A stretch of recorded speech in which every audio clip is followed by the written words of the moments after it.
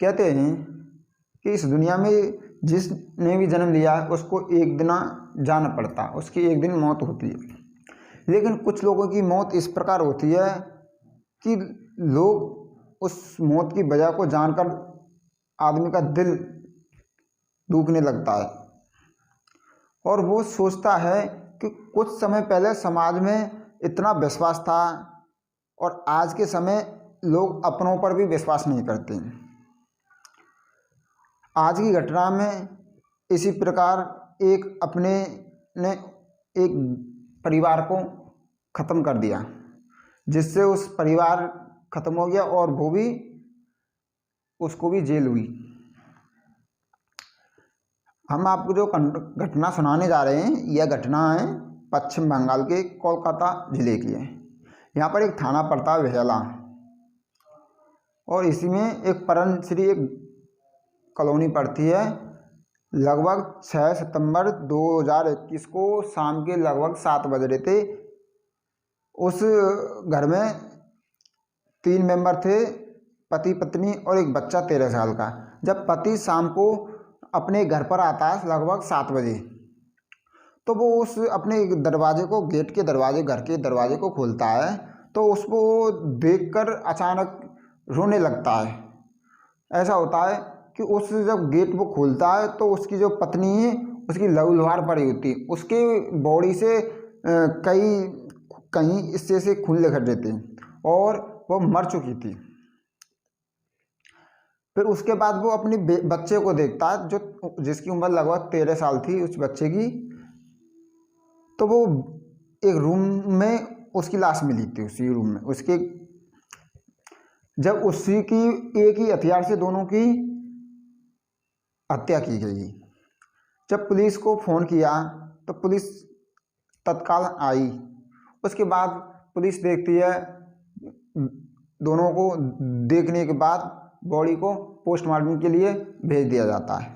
तो पुलिस जो कोई आसपास के जो एरिया के लोगों थे उनसे पूछा कि आपने इसकी चीखने की चिल्लाने की या इसके बारे में आपको कुछ जानकारी हो या किसी को देखा हो तो हमको वो बता सकता है। लेकिन वहाँ के 100 लोगों, कम से कम 100-200 लोगों को पूछताछ करने के बाद भी किसी ने कुछ जवाब नहीं दिया। पुलिस का जवाब कुछ नहीं मिला। वहाँ से पुलिस सोचने लगी कि ये किसने मारा और क्यों मारा। पुलिस सोचने लगी कि यह या तो चोरी की वजह से हुआ या कि ये महिला किसी से अवैध संबंध हो। पत्नी उस औरत का नाम सुष्मिता मंडल था, उसके पति का नाम पतन था। जब दोनों पोस्टमार्टम बॉडी भेजने के बाद जब रिपोर्ट आती है उसकी, तो उसमें ये बताया गया है जो दोनों, जो उसकी माँ को और उसकी जो बच्चा, दोनों को एक ही हथियार से मारा गया है। जब पुलिस इसकी छानबीन करती है तो आसपास के सीसीटीवी कैमरा देखती है और जो मारबुल औरत रहती है उसके आसपास के देखती है, लेकिन पुलिस को कुछ भी सबूत नहीं मिल पाता। उसमें भी लगभग 6-7 दिन के बाद एक ऐसा सबूत मिलता है जिससे पुलिस तुरंत अपराधी के पास को पता चल जाती है अपराधी कौन हो सकता है। ऐसा होता है, वो उसके गांव वाले बताते हैं कि ये औरत केवल अपनों के लिए गेट खोलती थी, अपने रिश्तेदार भैया बंद अपने कोई अनजान आदमी के लिए वो गेट नहीं खोलती थी। तो जब पुलिस ने उसके पति से पूछा कि तुम जब इसकी घटना हुई थी तब कहाँ पर थे, तो उसने बताया कि मैं अपनी जॉब पर बैंक था। तो वहाँ गई बैंक पुलिस, तो उसमें सीसीटीवी कैमरे में वो पूरे दिन मौजूद था वहाँ पर। लेकिन पुलिस ये भी सोचने लगी कि इस पति ने किसी दूसरे लोगों से इसकी हत्या कराई हो पैसे देकर। तो अब पुलिस का पूरा शक इसी पे जा रहा था। फिर लगभग जो उसकी जो सुष्मिता थी उसका फ़ोन नंबर से डिटेल निकाली गई थी उससे कि ये औरत किस किस से बात करती है। तो उससे मैं पता चला कि ये ज़्यादा से ज़्यादा 6 लोगों से बात करती थी और 6 लोग अपने रिश्तेदार थे। एक इसमें से इनका पति था, अपने पति से बात करती थी और 5 लोग और थे। उन 5 लोगों सभी लोगों से पूछताछ करने के बाद भी कुछ पुलिस को हाथ नहीं आया। तो जो उनके 4-5 में से 2 उसके मौसेरे भाई थे उस सुष्मिता के। तो उसकी डिटेल निकालने के बाद उनसे पूछा, तुम उस जब ये घटना हुई थी तुम कहाँ पर थे? तो वो सीसीटीवी कैमरे के मैकेनिक थे, वो सीसीटीवी कैमरे का काम करते दोनों।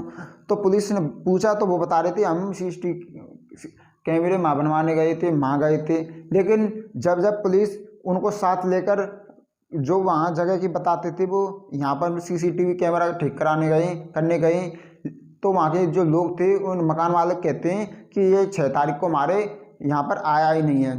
तो वो अपने बयान चेंज करते जा रहे, तो उन पर शक गया पुलिस का।